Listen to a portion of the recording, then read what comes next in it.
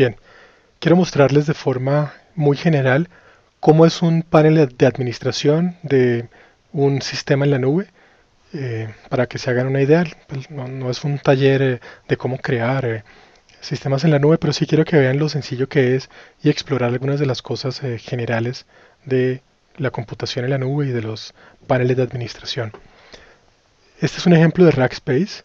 Aquí vemos en las diferentes pestañas cómo crear servidores en la nube, balanceadores de carga, cómo puedo crear contenedores de archivos. Este es un tema muy interesante, los file containers, donde yo puedo, en lugar de simplemente asociar un disco duro a un almacenamiento interno tradicional a un servidor en la nube, lo que le asocio es un contenedor de archivos, y ese contenedor de archivos puede estar activado para distribuir el contenido utilizando CDNs o Content Distribution Network como Akamai. Muy rápidamente les muestro cómo funciona. Una red como Akamai, que es de las que funciona con Rackspace, tiene servidores de gestión de multimedia distribuidos por todo el mundo.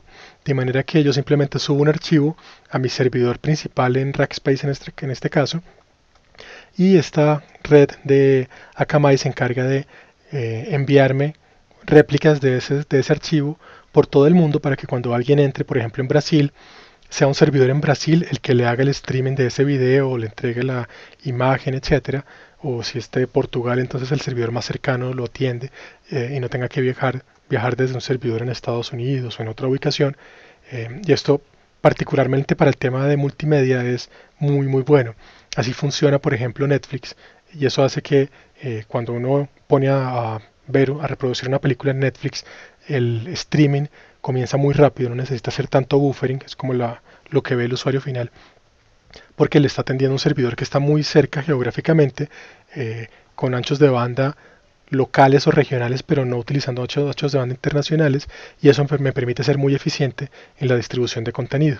Entonces, esa es una de las opciones que se tiene con el caso de Rackspace o de Amazon. Puedo tener mis propios servidores de nombres de dominio para manejar pues los nombres de mis servidores, mis dominios, etcétera. Y puedo crear también contenedores de bases de datos optimizados para la nube. Esta es una forma muy interesante y digamos que novedosa de trabajar las bases de datos. En lugar de que yo compre un servidor con RAM, con procesadores, etcétera, en la nube, lo que hago es comprar instancias de bases de datos con capacidad de procesamiento y memoria, y está todo optimizado para bases de datos. Yo no me tengo que preocupar por instalar la base de datos, no me tengo que preocupar por hacer tuning del sistema operativo. Si digo, por ejemplo, quiero ponerle 1 GB de memoria, es 1 GB dedicado a la base de datos y no 1 GB que se comparte con sistemas operativos. Ya también puedo crear bases de datos en la nube. Y bueno, voy a mostrarles muy rápidamente cómo funciona el tema de servidores. Me voy a servidores, aquí le digo crear un nuevo servidor, le pongo un nombre, servidor de pruebas. Puedo definir en cuál locación geográfica quiero que quede ubicado ese servidor.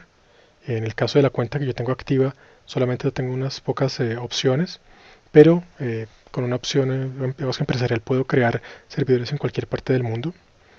Aquí le digo qué imagen quiero, qué sistema operativo quiero que me instale. Tenemos una lista enorme de servidores Windows, de servidores Linux. O puedo, por ejemplo, tener mis propias imágenes guardadas. Entonces yo tengo aquí una imagen de mi servicio, eh, que es una copia exacta de la configuración de todo el ambiente productivo a una fecha en particular. Yo simplemente puedo decirle aquí, quiero que cree 1, 2, 10 servidores con base en esta imagen, o quiero que arranque desde cero y me cree alguno de estos. Voy a hacer una prueba rápida. Digamos que quiero instalar Red Hat, selecciono Red Hat, le defino con cuánto quiero que arranque esa instancia en memoria RAM. Puedo tener 30 GB de memoria sin problema, o comenzar con instancias más pequeñas. Esto en cualquier momento yo lo puedo hacer crecer o disminuir. Y aquí tan pronto le digo crear, él tarda 1 minuto o 2 minutos en crearme una instancia con el nombre que yo acabo de crear, eh, con el sistema operativo instalado, listo para que yo lo empiece a trabajar. Y a esa instancia ya puedo entrar después utilizando cualquier servidor de SSH, una consola de terminal. Puedo, si quiero, subir el modo gráfico para administrarlo de forma gráfica, activar el FTP para transferir archivos, bueno, cualquier cosa que se pueda hacer con un servidor físico. Funciona de igual manera el tema de los balanceadores de carga o de los de archivos. Voy a mostrarles aquí cómo se crea un contenedor de archivos, es muy similar. Le digo, voy a crear un contenedor de pruebas. Lo creo, ya quedó cargado. Y simplemente puedo empezar a cargar archivos para que mi servidor los empiece a tomar desde ahí. O en este caso de Rackspace hay un API con el que yo me conecto utilizando Web Service para cargar de forma, pues desde mis aplicaciones, archivos a estos contenedores. Si se dan cuenta, yo puedo, a este que acabo de crear, que se llama pruebas, le puedo activar una opción que es habilitar el CDN. El CDN es esta infraestructura como la que les mostraba al comienzo, que me permite optimizar mi transferencia de archivos de forma geográfica. De igual manera funciona con las bases de datos.